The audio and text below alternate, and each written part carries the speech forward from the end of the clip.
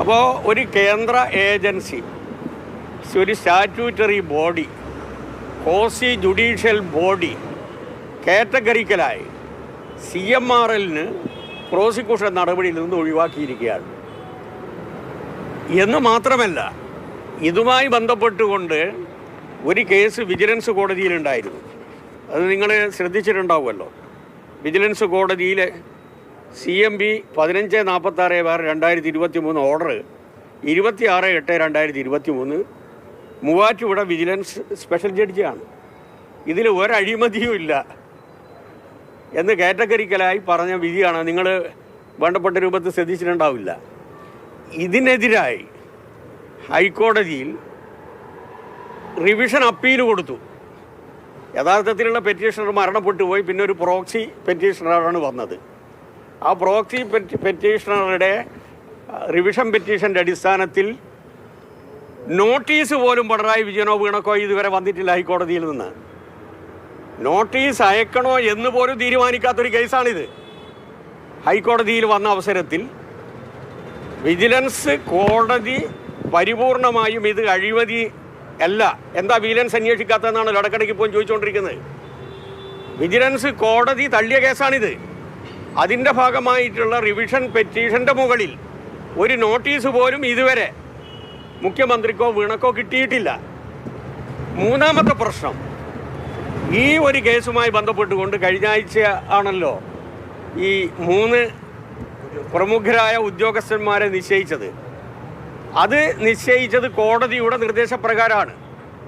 അതുമായി ബന്ധപ്പെട്ടുകൊണ്ടുള്ള പെറ്റീഷൻ കൊടുത്തിട്ടുള്ളത് നമ്മുടെ PC ജോർജിൻ്റെ മകനാണ്. അദ്ദേഹത്തിൻ്റെ പ്രയർ എന്താ ചെയ്തു അറിയോ? 212 ഇൻവോക്ക് ചെയ്യണം കമ്പനീസ് ആക്ട് പ്രകാരം എന്നാണ്.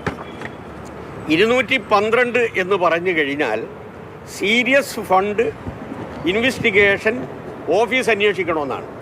Serious fund investigation fund office SFI എന്നാണ് പറയാതെ. ഹൈക്കോടതി പറഞ്ഞെന്താണെന്നറിയോ? അങ്ങനെ ഒരു സീരിയസ് ഫണ്ട് ഇൻവെസ്റ്റിഗേഷൻ്റെ ആവശ്യമില്ല. നമുക്ക് 210(1)(c) പ്രകാരം 210(1)(c) പ്രകാരം നോട്ടീസ് കൊടുക്കാമെന്നാണ്. 210(c) എന്ന് പറഞ്ഞാൽ സാധാരണ നിലയിലുള്ള ഇൻവെസ്റ്റിഗേഷൻ ടു കമ്പനിയാണ്. ആ സാധാരണ നിലയിലുള്ള ഒരു ഇൻവെസ്റ്റിഗേഷന് വേണ്ടി പ്രമുഖരായിട്ടുള്ള 3 അംഗങ്ങളെ വെച്ച സമയത്ത് അതിലൊരു പാർട്ടിയായിട്ടുള്ള കർണാടകയിലെ കമ്പനി എഫേഴ്സിൻ്റെ രജിസ്റ്റർ ആളാണ് പറയുന്നത്, ഇപ്പോൾ പത്ര റിപ്പോർട്ട് പ്രകാരം ഇത് EDO അല്ലെങ്കിൽ CBIയോ പരിശോധിക്കണമെന്ന് പറയുന്നത്. ഇതിപ്പോൾ കോടതി നിർദ്ദേശം കൊടുത്ത ആ 3 അംഗ കമ്മിറ്റിയിലുള്ള ഒരാളാണ് ഇദ്ദേഹം, രജിസ്റ്റർ ഓഫ് കമ്പനീസ്. അപ്പോൾ അതാ ഞാൻ പറഞ്ഞത്, ആദ്യം ഇതുമായി ബന്ധപ്പെട്ടുകൊണ്ട് കേന്ദ്ര ഏജൻസികൾ കൃത്യമായൊരു അന്വേഷണം നടത്തട്ടെ. ഏത് അന്വേഷണമായാലും ഞങ്ങൾക്ക് ഇവിടെ യാതൊരു പ്രശ്നവുമില്ല.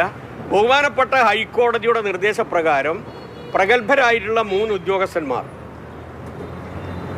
കമ്പനീസ് രജിസ്ട്രാർ ഓഫീസുമായി ബന്ധപ്പെട്ടുകൊണ്ടുള്ള പ്രമുഖമായിട്ടുള്ള 3 ഓഫീസേഴ്സ്, ഒന്ന് കേരളത്തിൽ നിന്നും, ഒന്ന് കർണാടകയിൽ നിന്നും, ചെന്നൈയിൽ നിന്നുമുണ്ട്. ആ അന്വേഷിക്കാൻ വേണ്ടി ചുമതലപ്പെടുത്തി അവരന്വേഷിക്കുകയാണ്.